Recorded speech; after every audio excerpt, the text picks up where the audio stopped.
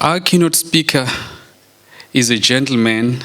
You have started guessing who I'm talking about. Is a gentleman who is the director of the Center of Learning Technologies at Stellenbosch University in South Africa. He trained and taught in the field of theology. You know, at times, even though you have stuff in front of you that you're reading, you'd have to read some stuff again. Let me say this again, colleagues. Our keynote speaker trained and taught in the field of I didn't say technology, theology. Okay, he trained and taught in the field of theology at the same university before becoming involved in the academic development work at the Center for Teaching and Learning at the same university, which is Stellis. Thereafter, he became the head and later director of the CLT, a center that spearheads and supports Stellis strategies for the use of ICT in learning and teaching. His teaching and research interests are around blended and hybrid learning, learning literacy, graduate attributes, the digital scholar, teaching in the digital world, and more recently, the scholarship of education and leadership. Ladies and gentlemen, let's welcome our keynote speaker, Dr. J.P. Bosman.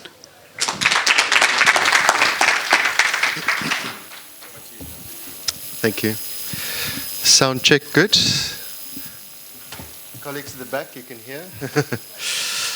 All right, wonderful. Thank you very, very much for the introduction. I just want to see if all my tech and stuff is working. Excellent. Yes, so I think since yesterday you know who I am, and in a way I also know who all of you are, and that is the advantage of spending a day and really engaging. I had such a wonderful time yesterday in all the conversations and the panel and us discussing, I think, quite critical matters around teaching with technology. And so far I think the summit has been a great success, and I think the kind of ideas that we have developed here over the last day and hopefully today is going to be really valuable, not just in terms of MUT's journey forward, but also the things that I will take back and also some of the other universities that are here. So to the colleagues from the summit, the team, thank you so much for thinking of me, inviting me, pastoring me through the whole process of preparing for the summit. And it's really an honor and a privilege for me to be here and to be able to talk to all of you.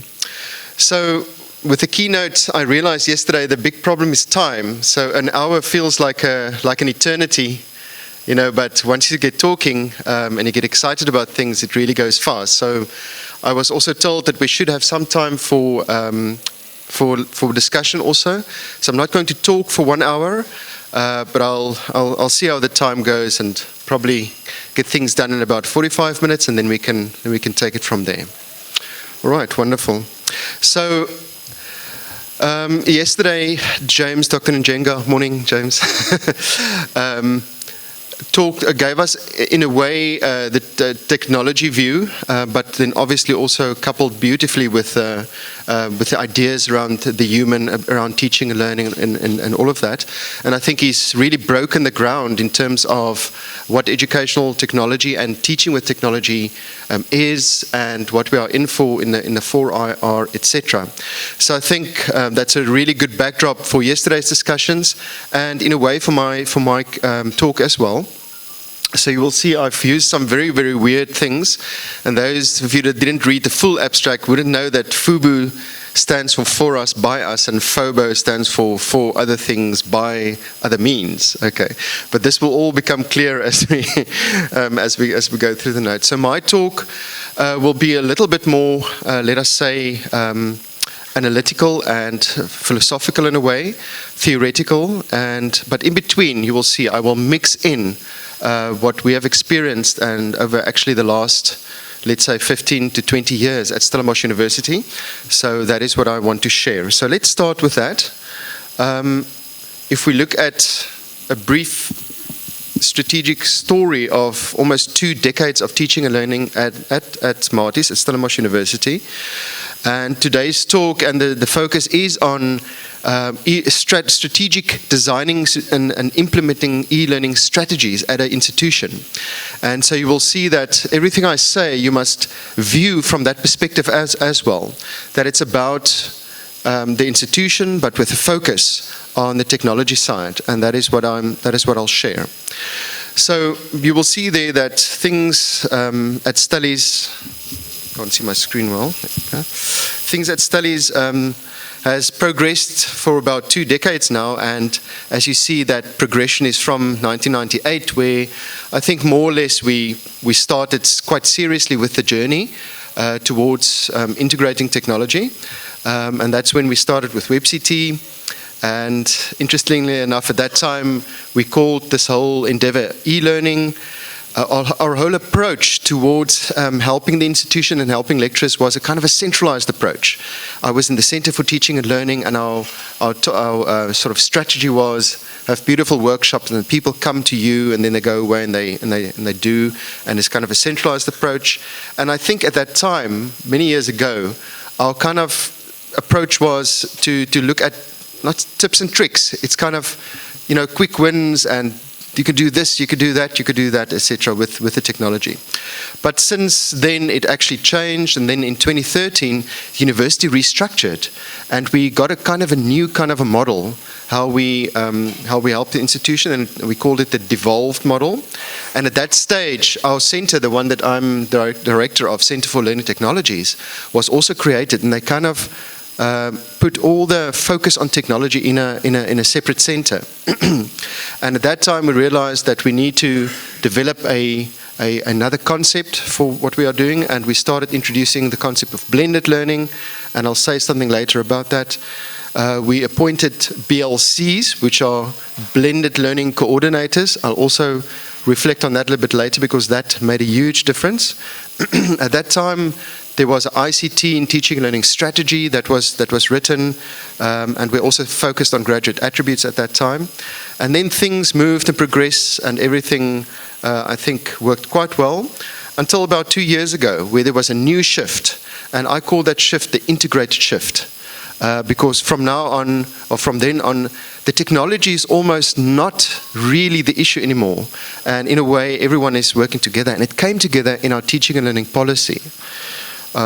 It came together in our focus on program renewal, which started in mass, and then things like educational leadership, and then also a new approach that we are actually in the process of planning. It's called a hybrid mode of program offering that has started, and that we basically are dealing with now. So you can see that's kind of in a very short overview of strategically what happened to the institution and where we are now. So that's kind of a backdrop. Right, so in thinking about how can one think together and find useful ways of thinking about this thing of e-learning and strategy at an institution, it got me thinking of that famous video, I don't know who of you have seen this, of Simon Sinek or Sinek. It's a very short YouTube video. You can just Google it and you watch it. It's very corporate-y, etc., but somehow he makes this very, very powerful case that successful companies, and then mentions Apple, I think, they really focus on that core question of why do we exist? What is our purpose? What is our core? What is our inspiration? What makes us wake up in the morning and serve the people that we serve? And he says the what and the how is often what companies, and I think also institutions of higher education, focus on is the what. That's the easy stuff. It's like, what do we do? It's easy to describe, what do we do? We do this and that and that. You can also fairly easy say how you do it. We do it in this way and that way and that way. But the deeper question of actually what drives us, the why question, isn't always answered. And I think it's because it's a very hard question to answer. So he suggests that one shouldn't work from the outside in, first answer what we do, how we do, and then ask why we do it, but rather spend a lot of time on asking, but why are we doing certain things? And then the how and the what is almost always magical. And that got me thinking of the first one, the Amazon press release. I heard a presentation the other day, a colleague from Amazon, and I don't know if you know, but if they develop something new, let's say they want to develop a new piece of program or a new service, what is the first thing that they do? It's very, very interesting. They write a press release. Before anything happens, they write a press release, and that document must be, I think, below 3 pages, and it goes through like 20 or 30 iterations. It gets sent around the whole organization from bottom to top to back again until they have the press release. And that is, what will we want the users to experience once this thing is in the market? What will we tell the press? Then those of you who've encountered the PhD proposal, you know that once you have that done, once you've asked why am I doing this and where am I going, the journey becomes a bit easier. And then you know also that from the focus on your learning outcomes, and we've had this with the learning designer with a beautiful workshop we had yesterday. Asking and defining your outcomes very, very clearly is such a useful way, because that is the why we are doing things. And then, of course, now when we look at strategy moving forward, I think we should also ask why and the purpose of why. But I don't think we always have the right thinking tools to answer this question of why we are doing things, the purpose, especially when it involves e-learning. And that is what got me thinking about what can I offer, what can I put on the table to us, to this summit, as a kind of a way of thinking through this whole thing. And I I'll tell you how I came to it. I want to use this concept of autonomy, and autonomy is born from LCT, and these are all the huge acronyms we throw around, but hopefully you'll understand it a little bit better in a few minutes. It's called legitimation code theory, and you'll see the website address at the bottom there. That website, if you want to learn about LCT, you can just go there, and they've got everything there, explain it quite well, all the articles, etc. But I don't want to focus on LCT, but I want to focus on one of the, what they call dimensions of LCT, which is called autonomy, and I'll get to that now. So LCT was born and can help us with how practices and things that we do, that we see, are legitimized. That's why it's called legitimation code theory, right? And it's basically, it tries to uncover the things that we don't see, is the power struggles, as it were, below the surface, the things that are not seen. And LCT has a way of bringing that forward, and it's a framework. You can analyze situations, but you can also design things with it, etc. One of the big ideas that maybe you've come across is the idea of specialization. That knowledge. Some knowledge fields have a big focus on knowledge, like more the science, where like what you know and what the content is very important. And in other fields you have more of a focus on the knowers. It is who says it, who you are, etc., that builds the knowledge.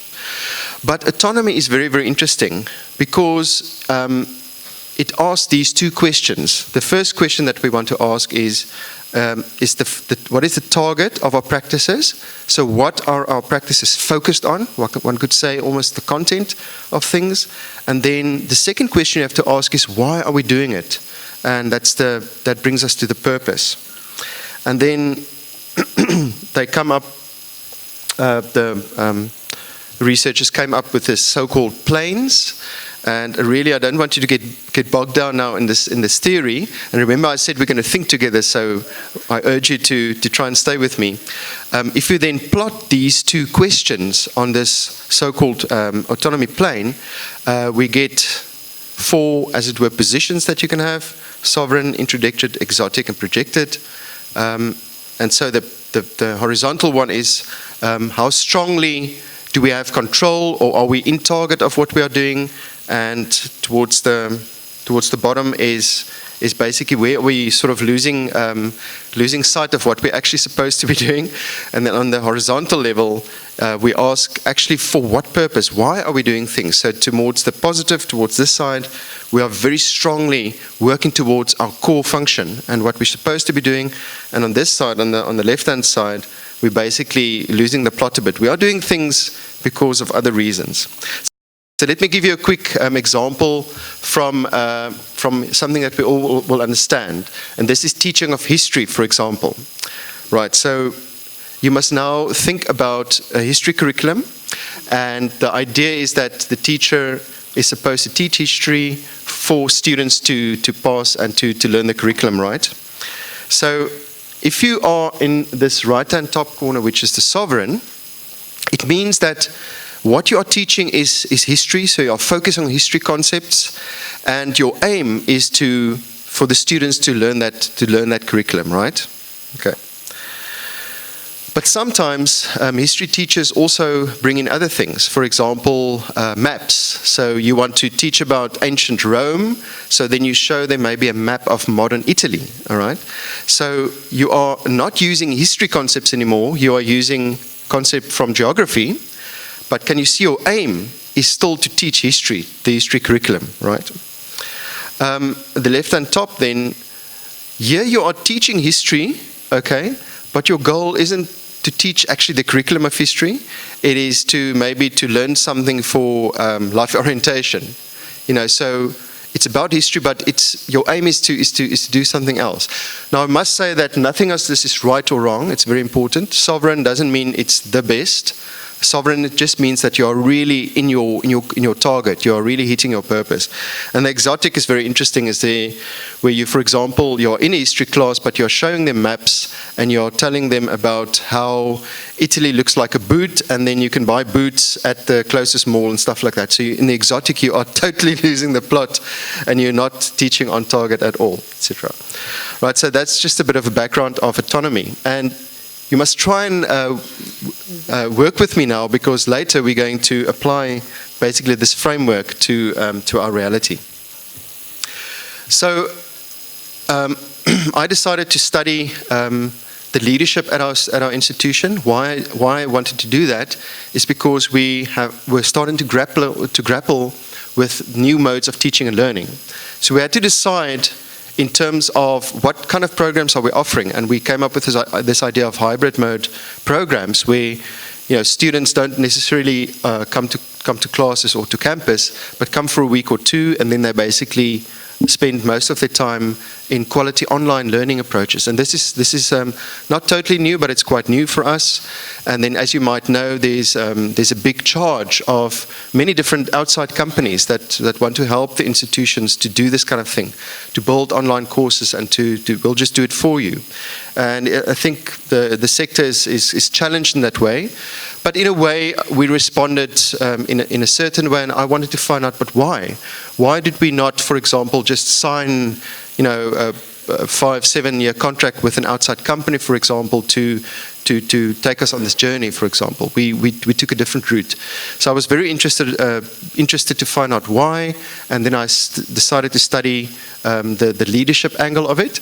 And I interviewed 15 of our basically leaders at the university, and then I analyzed the data in terms of this autonomy to see, but why is our situation like this? How do we legitimate our views, our ideas, our practices? Why do we make the decisions that we do? And then you will see this is the autonomy plane again. And here is where the FUBU and FUBO and FOBO and FOBO come from. Because to try and make it understandable, the framework that I then developed for understanding leadership in our institution was on the vertical plane, is when we are thinking about ideas and where the ideas come from and what we have control over in our institution, then it is very high what we call positional autonomy. And when we are just using not our own ideas from the outside, from the market and from other means, then we have very, very low, as it were, positional autonomy. So high positional autonomy would be if the leaders say, we are doing this thing for for the students, for furthering teaching and learning, for for knowledge building, those kind of things, then it's very high. But if people say, listen, we must do it because of, let's say, 4IR or the new generation of students, or just because the technology is there now, so your reason to do it is really doesn't come from within the university, then it's very low. And on the horizontal side, we are saying when the people said we are doing this for us, for teaching and learning, for student success, for research, etc., it's very high towards the positive side. And when we are saying we are doing this to make money, that also happens, or to not go under, or to get funding, etc., then we are very much towards the other side. Because the purpose of university isn't, I think, to make money and be a corporation, but it's more to the other side. And that's how we come to this idea of FUBU, which is, if you're in the sovereign, you are thinking that we are doing these new things for us and by us.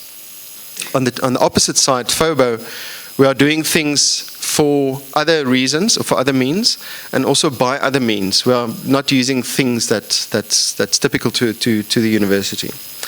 And then, without giving much more time on this, basically this is the result of the study, because I then coded and analyzed all the interviews, and then I basically mapped it on this what's called the autonomy plane.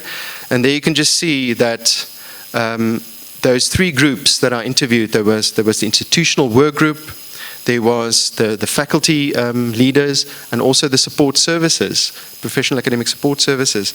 They were then mapped together, and one could see that there is quite a strong alignment of all those groups at the university to think in a quite a sovereign way. We really want to do things for the purpose of our university, and we are going to keep the control inside and use what we can to do it. But there was also links to some of the other things, but not so much in the FOBO and the exotic, and that sort of gave me hope. There was also a bit of differences between the different groups, and I could pick up also that there was a bit of it's almost like a clash, and you could see where some of the tensions also in the university arises. And so that study gave me the idea of today's talk, and I hope that you will bear with me, and these are not final things I'm going to share, but maybe it could be useful for us to use this kind of concept and now apply it to when we think of e-learning very specifically. All right. So I was saying, why not apply this idea, this concept of autonomy to e-learning, which is the topic that's on the table today. And I want to do it by looking at 4 perspectives. But you mustn't worry, I'm not just going to do analysis, I'm also going to intersperse and pepper it with some of the learning that we had at Stellenbosch University in this space. So that's what I'm going to do now next. I'm going to look at these 4 different perspectives on e-learning in an institution, and then try and make some, at the end, I will try and to draw things together and try and make some sense of what I've shared with you. So the first would be the institutional perspective, right? That's kind of top down in a way. The second would be the lecturer perspective, which I'm so glad also strongly came out yesterday. The third and important one is the academic developer or development perspective.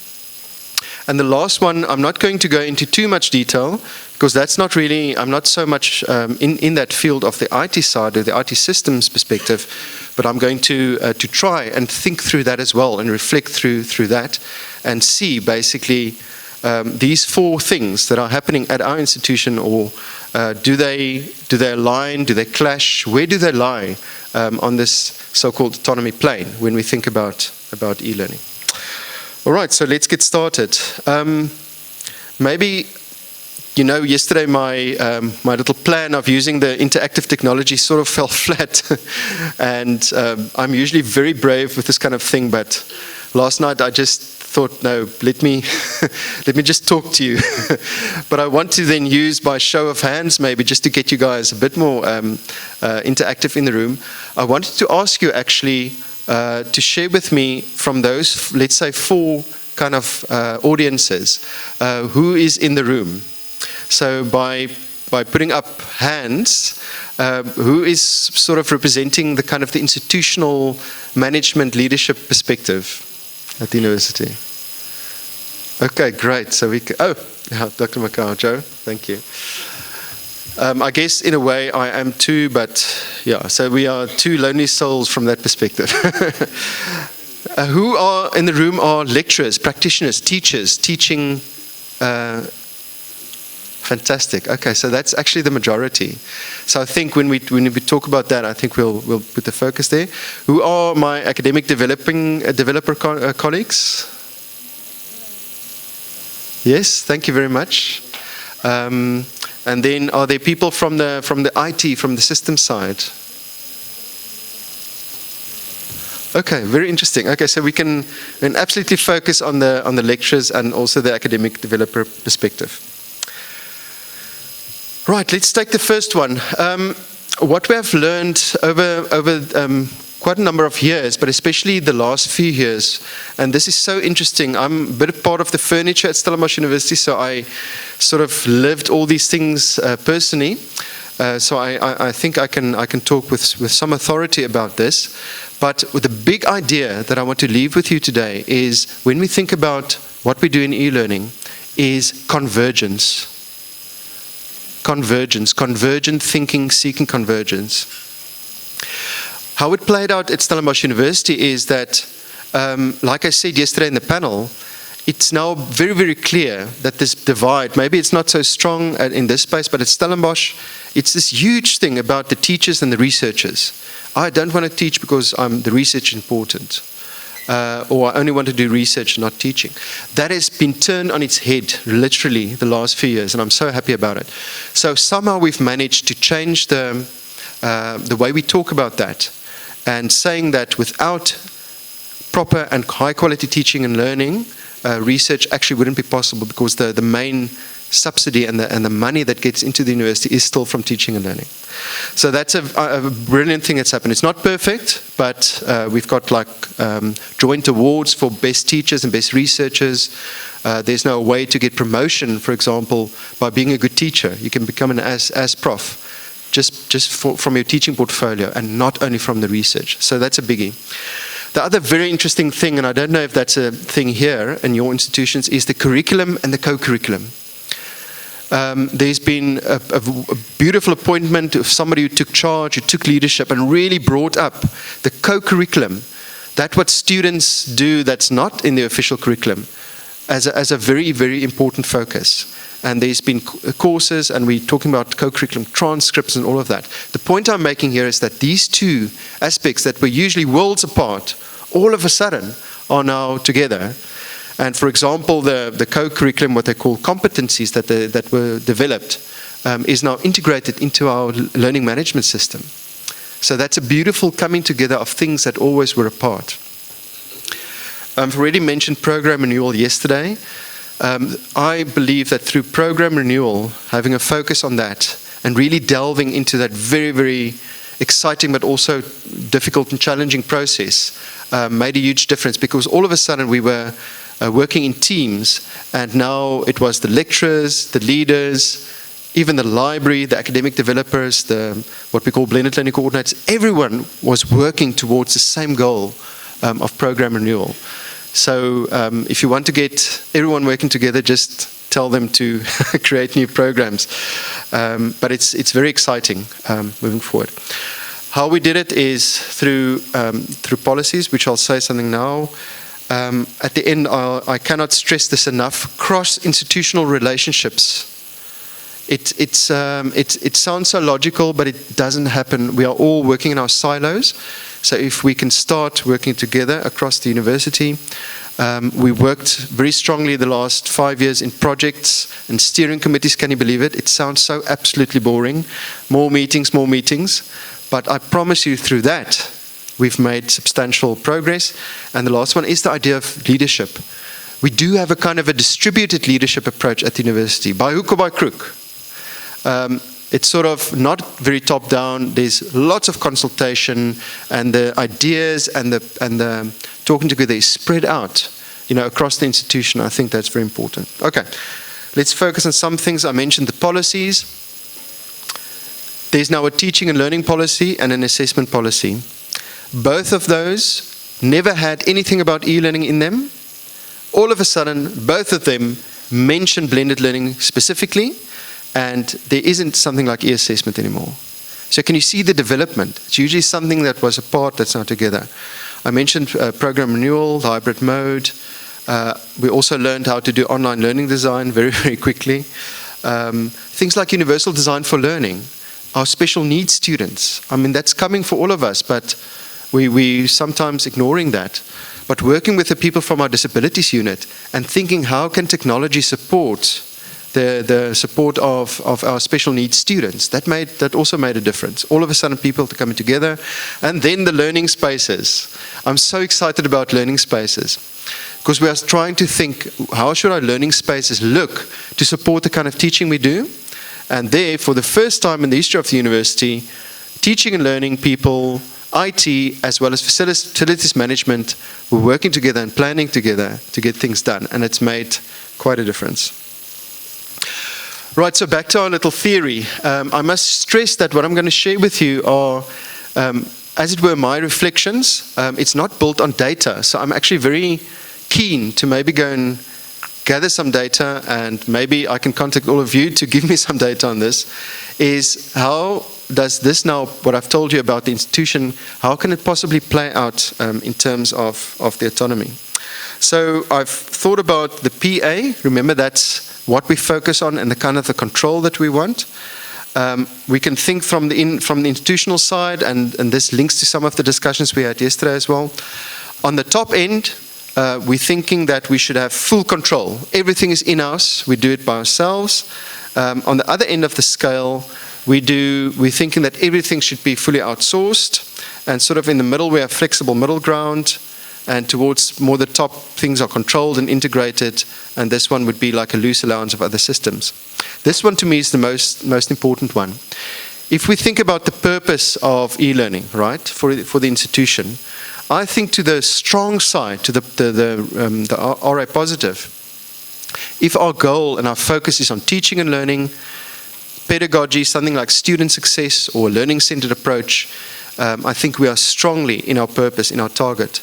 On the other side, if we think of e-learning and we're doing it because of hype, because we can, because of the market, even because of something like 4IR, I think we are totally off target, basically.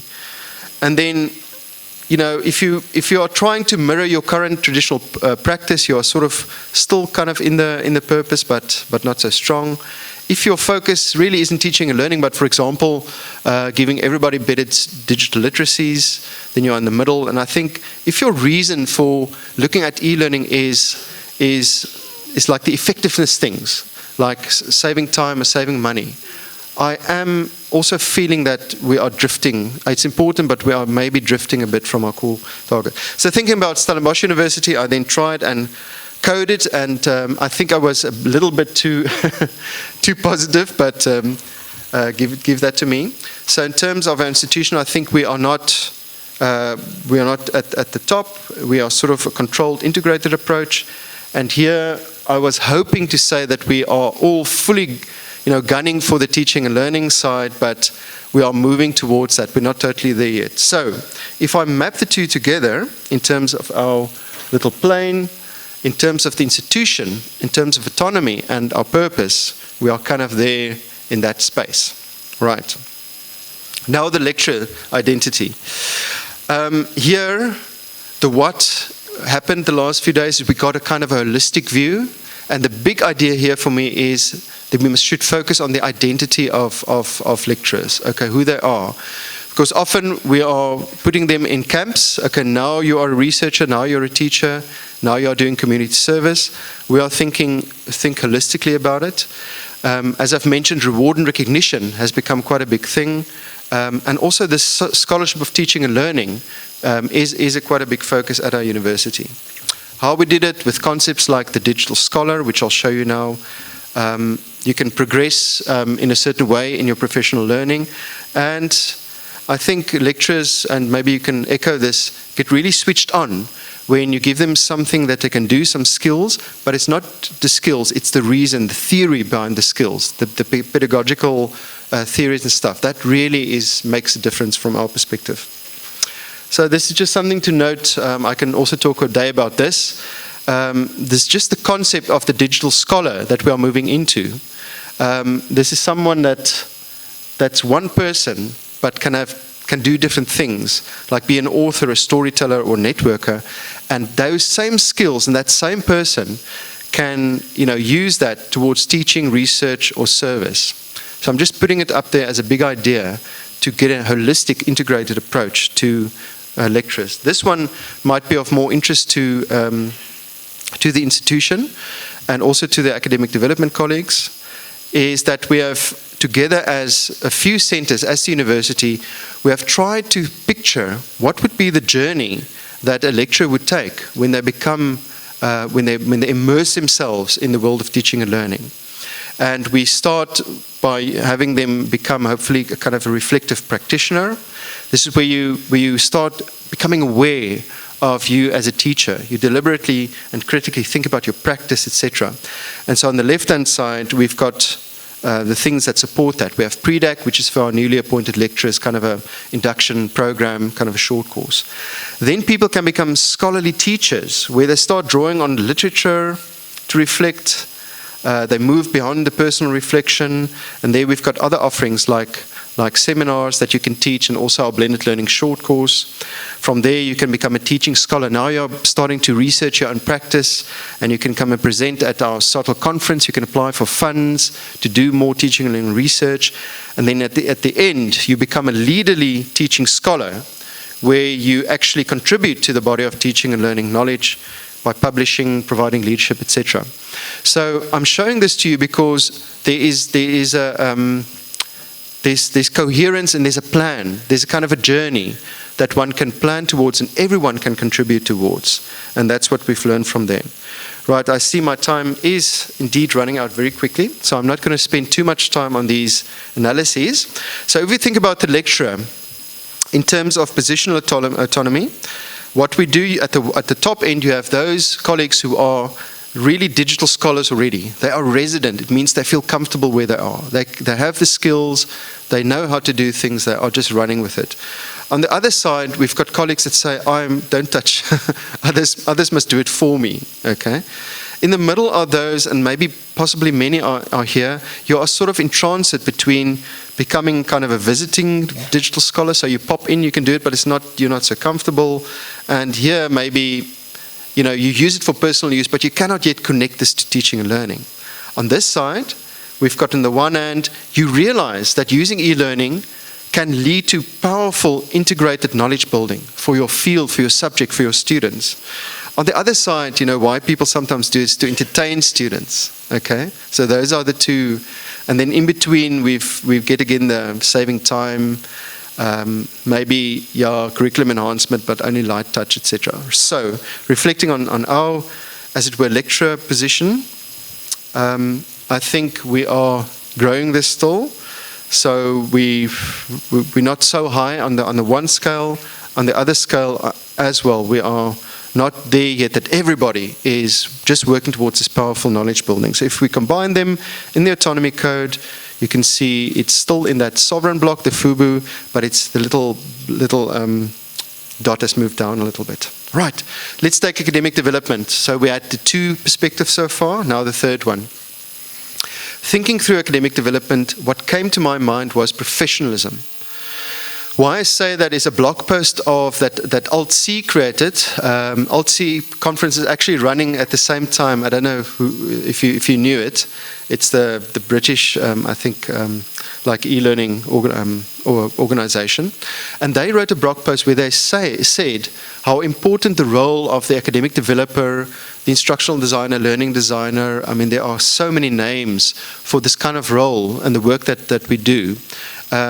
Is it become very important that we see those roles as professional, because it's a very complicated space that asks for negotiation, it asks for knowledge, theoretical knowledge, skills, etc., and other kinds of skills that you need to work, especially when it comes to e-learning.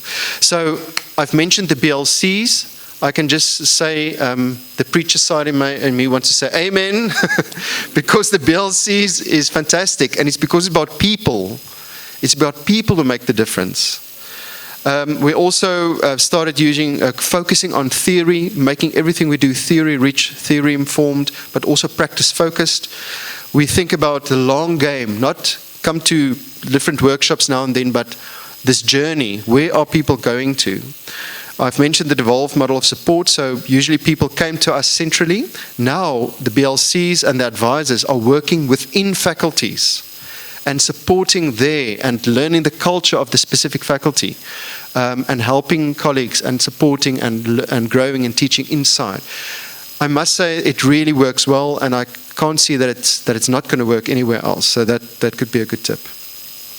We also have common approaches, and we have lots of professional learning opportunities. So again, it's about people. That was taken about 6-7 years ago, or 5 years ago, when we all were much younger, didn't have beards, but those were the first BLCs, and these scholars just took up the challenge, and it's really made a big difference in all of the faculties.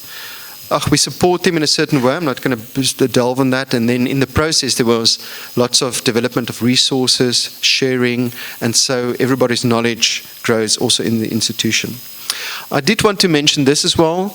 So I've used the term e-learning so far because that's the brief, and that is the term that's used in this context. So I wanted to honor that. But at Stellenbosch University, we are now using the concept of blended learning, and it's important to understand what it means. And we've kind of managed now throughout the whole institution to have this kind of understanding of blended learning. It's on the one side, we have the traditional face-to-face, and the other side, fully online. And then things in between could be face-to-face with strong technology support, let's say in the classroom. The flipped classroom concept we've already mentioned, where a lot happens before the class, let's say in an online space. And then in class, it's robust discussions and application. And then this kind of hybrid, where people come to class for blocks, but then also study fully online. You have to have a high-quality online learning experience until they're fully online. So that might also be of value, just understanding how important it is to say what you mean. Because we are throwing around terms like hybrid and blended, and mense is so de mekaar, and after a while nobody knows exactly what you're talking about. So that we had to do that.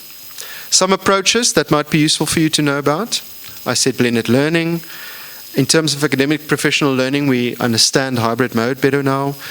I was so glad to see the learning designer, because we built basically our whole sort of pedagogical approach on Lorillard and the 6 ways of learning, which the learning designer builds on. It's been really valuable to us that you acquire, investigate, discuss, collaborate, etc. Jelly Salmon, you know about her. You know about the Carpe Diem approach that you can follow to renew modules. We got her in, we renewed whole programs using a method. And again, across the university. I don't know how we did it, but everybody's using Jelly Salmon and Carpe Diem. We had to learn what online learning means, pedagogical frameworks. We are still in constructive alignment mode. How much? 10 minutes? Cool. I want to get to that discussion. And then, as I've said, we have this concept of the scholarship of teaching and learning, and this ladder of professional learning that's across the institution. And then also research, focus on research and scholarship has also made a difference. And our lecturers and my colleagues, have really come to the party. We are having, I think, our 12th or 13th scholarship of teaching and learning conference in October. And people are just growing and bringing the most interesting studies. And so they're really, catching on to reflect on and to research your own teaching approach. So just shortly, in terms of academic developers, on the one hand, on the left-hand side, we can be very aware of our context when we think about e-learning. We can be research-informed. On the other side, like tech is only a temptation, right? We don't really have a plan for it. On this side is more importantly, if we think that our work as academic developers, these professionals, is to support subtle, this long game I was talking about, a deep transformative professional learning experience for our colleagues that are the academics, I think we are very strong in our purpose. If we are only thinking about we must do e-learning for the tips, the tricks, not even thinking about teaching and learning application, and you get that, then you are totally out of purpose, out of target. And in between you get things like many are comfortable of academics and moving towards champions, you can see it there. So reflecting and coding, as it were, our own practice, I think we have improved. We are getting better at understanding these things for our own context, and we are definitely not in the true purpose yet, or moving towards that, and then I code myself. And when we put it together, in terms of academic developers, we are in that thing. Now you all want to know how it looks together, right? Because this is the important thing. Oh no, the IT. I'm just going to quickly go through this. I thought about IT, and I'm thinking about what the focus on could be. On the one hand, full in-house control. On the other hand, fully outsourced. And I coded our own IT approach as this integrated ecosystem. And then why IT thinks we should be integrating e-learning is often, on the one hand, yes, we must totally support the institutional vision for teaching and learning. On the other hand, you get, listen, we mustn't touch anything. Everything is risky. Just keep, as little change as possible, and then things in between. And our IT is sort of somewhere in the middle there. Okay, they want to create safe, robust systems. Don't touch that. We are good at the moment, but maybe I'm being a bit unfair to the colleagues. So we place them there. Now, this is looking together. This is my analysis of what's happening at Stellenbosch University in terms of the autonomy and the purpose, the true purpose, the why we do things at our institution. So what I see here is that it's mostly in the kind of that sovereign FUBU place, but it's not all in the same place. So that's my sense as well. We are aligned, but you can see there is a little bit of a gap still between the lecturers, our IT, and what the institution thinks, the leaders, and also what academic developers think we should be doing. And that can lead to either alignment or code clashes. Right, so that's it for my weird and wonderful analysis. Now I'm going to close off by saying that it's not only this good news story. I do share what I think is valuable, what I'm proud of. But there are many other challenges that we still have. The first one is, you see, I didn't even try to code what the student voice and perspective would look like. What should they focus on? What would be important for them in terms of why we do things?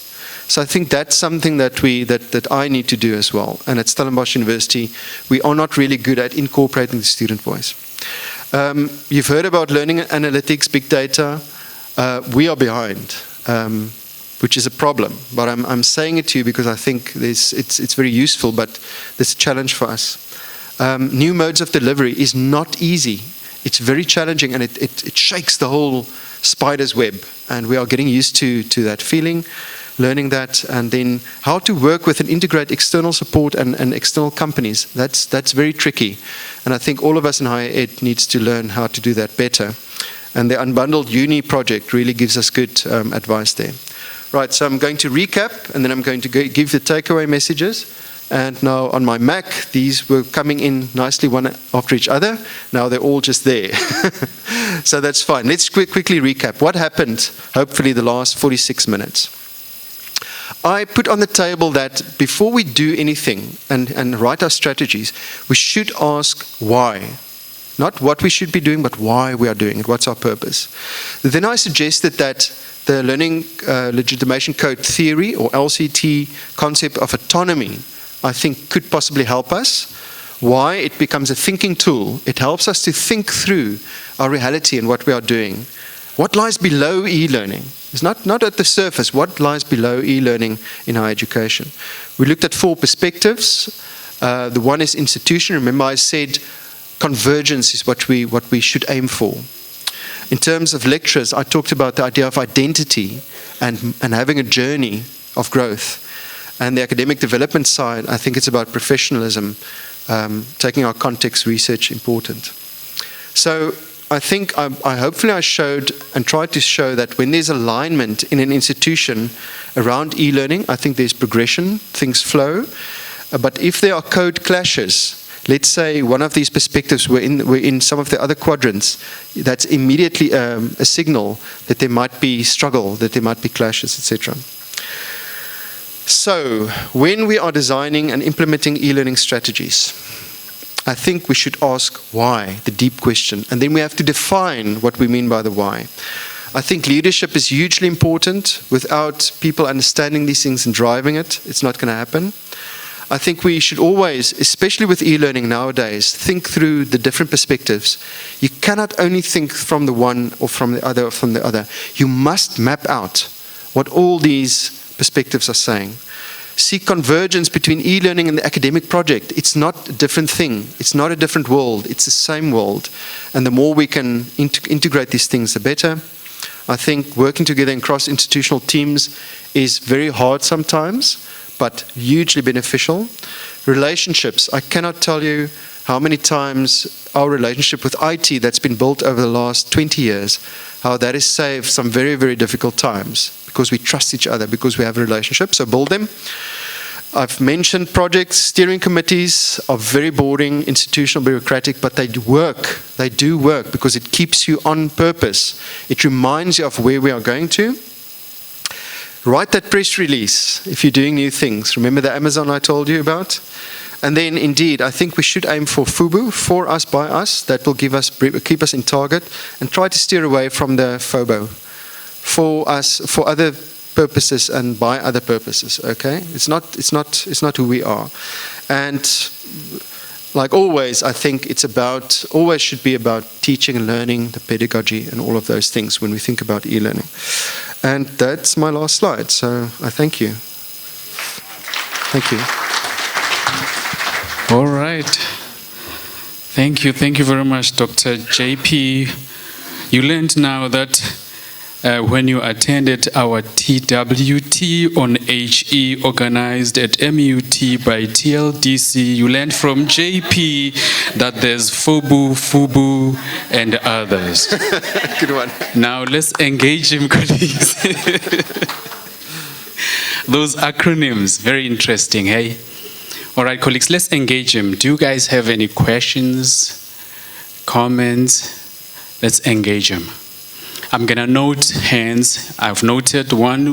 Before you ask your question, you just introduce yourself, then you go ahead and ask your question. Any other? Okay, here's the mic. There will be another one. The mic is close by. All right. Okay, let me take those two. You start, sir. So, thanks, JP. My name is Muntu from MUT. You mentioned those 4 categories.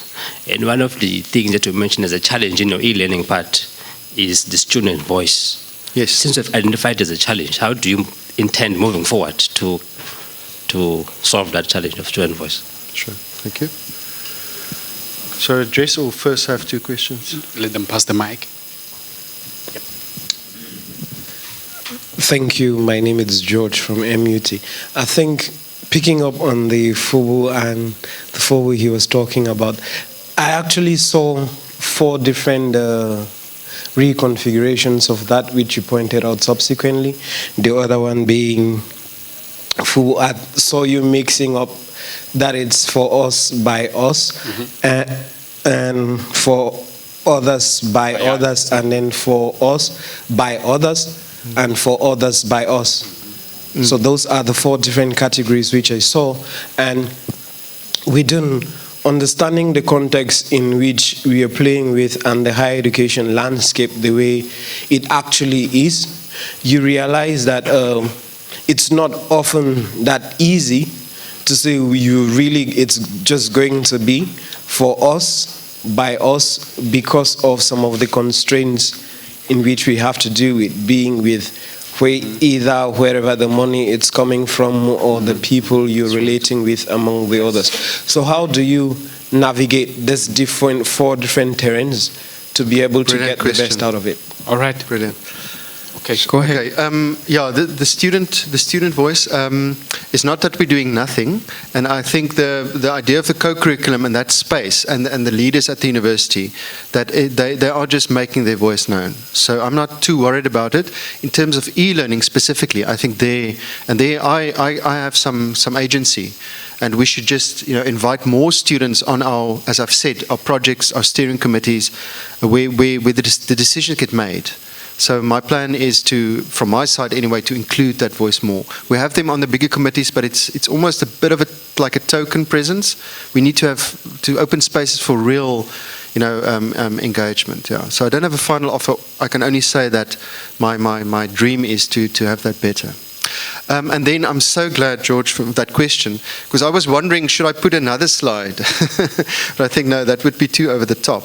The interesting thing about autonomy that I didn't tell you is that you remember the history lesson that I talked about? Mm-hmm. The teacher starts maybe in history, talking about history, mm-hmm. and actually if you analyze some lesson plans, and it's been done, you see teachers move as well. You are not always in the sovereign space.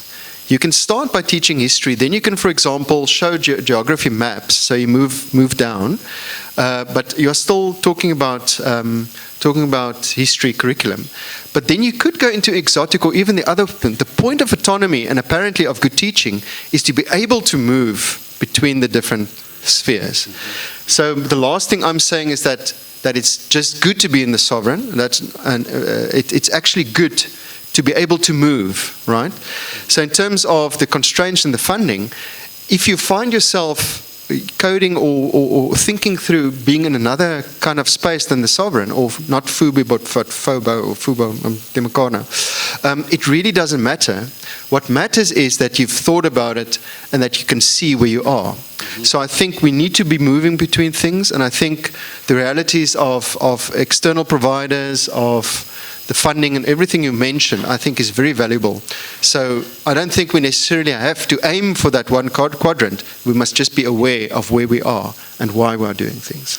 All right. I'll take one last round of questions. Okay, I'm noting hands. There's a hand up here. Mike? Okay, I can't see any other hand. Okay, that's going to be there. Okay, there's another one over there. Okay, let's cut it short. Do you have the mic? It's coming.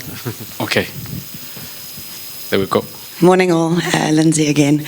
So my question comes out of curiosity around the contrast between things being for us and by us, and then the notion of cross-institutional collaboration and outsourcing. So you mentioned a number of individuals that have spoken into your institution. You mentioned how you've collaborated with other universities, with other corporate spaces, with schools, on various projects. So how do you negotiate that balance between discovering what is ours and for us and part of our vision, and then including others and collaborating in that space on a practical level, not a theoretical level? Okay. Good one. Okay. I have some time to think about that one. Hi, JP. Thank you so much. I am deeply inspired to go do some reading. So Lindsay's question is at the big social end of the problem, and my question is a very academic staff development question, and it relates to the two learning design models that learning design approaches, right, that you referred to, the Carpe Diem and the Diana Laurelards. And I was wondering, in terms of those approaches, how are staff finding it in negotiating that landscape? Because I sort of sometimes feel like it's 6 of one and half a dozen of the other, and the languaging changes, but something remains the same, and it gets a little messy.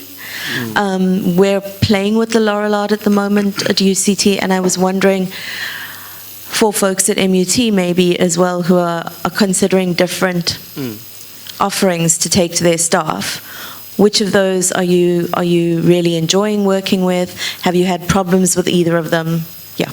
All right. Good question. Thanks. So to answer the practical question that Lindsay has asked in a theoretical way, so getting out of that one, I would say that, remember, for us isn't necessarily only for the institution. It's about for us as higher education as well. So once you've established why we are, the kind of things that we do and why we do them, actually what I mentioned about code matches and code clashes then become quite relevant, because that will enable the way that people can work together. And some of these ideas were born from a colloquium. I'm not going to give details, but in the colloquium, similar to this in a way, there were academic developers, there were lecturers present, and there were also systems people that work with technical systems. And everybody was sharing together. And at the end, there was a huge, it wasn't really a disagreement, but there was some strong views about, yeah, but you lot only theorize, but you lot, what about the practical? And so in that room, it was very tense in a way, because I could understand that people were not understanding each other's worlds. So by understanding where people are located and situated, and having a way to address that helps, because then you almost know when there's going to be problems talking together or when it will align better. So I'm saying that working with an external company that has a FOBO approach, I mean, they only want to help you make money and it's really for their profit, for example. I mean, I'm going to kick against that. And we've done that. That's why it's so interesting. Because I could discover what is their actual true purpose. Without that, they give you rugby tickets and seriously and things like that, and then you say, ooh, such a good idea, because what we are doing and how we're doing it, that ticks the boxes. But the deeper question of why, you then get stuck. So it's not a very clear answer, but I would say that if we know where we are situated and how we describe itself, we can find our commonalities and also know where we're going to clash and maybe where we're going to differ. And that's what we want. I think that's very helpful. Otherwise, we're going in blind and we are not getting together, but we don't even know why. I think this kind of thing helps us to understand, like, it's because we're not aligned with purpose. You going in that direction, we're going in that direction. All right. Just very shortly on the other one. Quick one. So maybe this is Stellenbosch thing. I think that's where your story comes from. I and my team, we've just decided, like, we're going to choose Lorillard. And our CTL colleagues, which is another center for teaching and learning, they chose Carpe Diem and they called it now Delta C. So we've decided there's nothing wrong with the theories. It's robust, it's powerful, it's useful. We're going to use them. And that is what's made the difference, in a way that we've decided to find a commonality. And I think it works. Personally, I love teaching the Lorillard, the rationale behind it, because I think people appreciate that if you come to them and you say, listen, there are 10 different learning theories. Are you constructivist, social constructivist, or are you Vygotskian? Maybe you're behaviorist, or cognitivist. Those are all very, very useful and valuable. But for somebody that's not in the world of teaching and learning, that is so alienating. So we are saying this is a way in. It's useful, it's powerful. Trust us. Just start here. And then we show how it can make a quick difference in the way that you then rearrange your teaching and think of different things.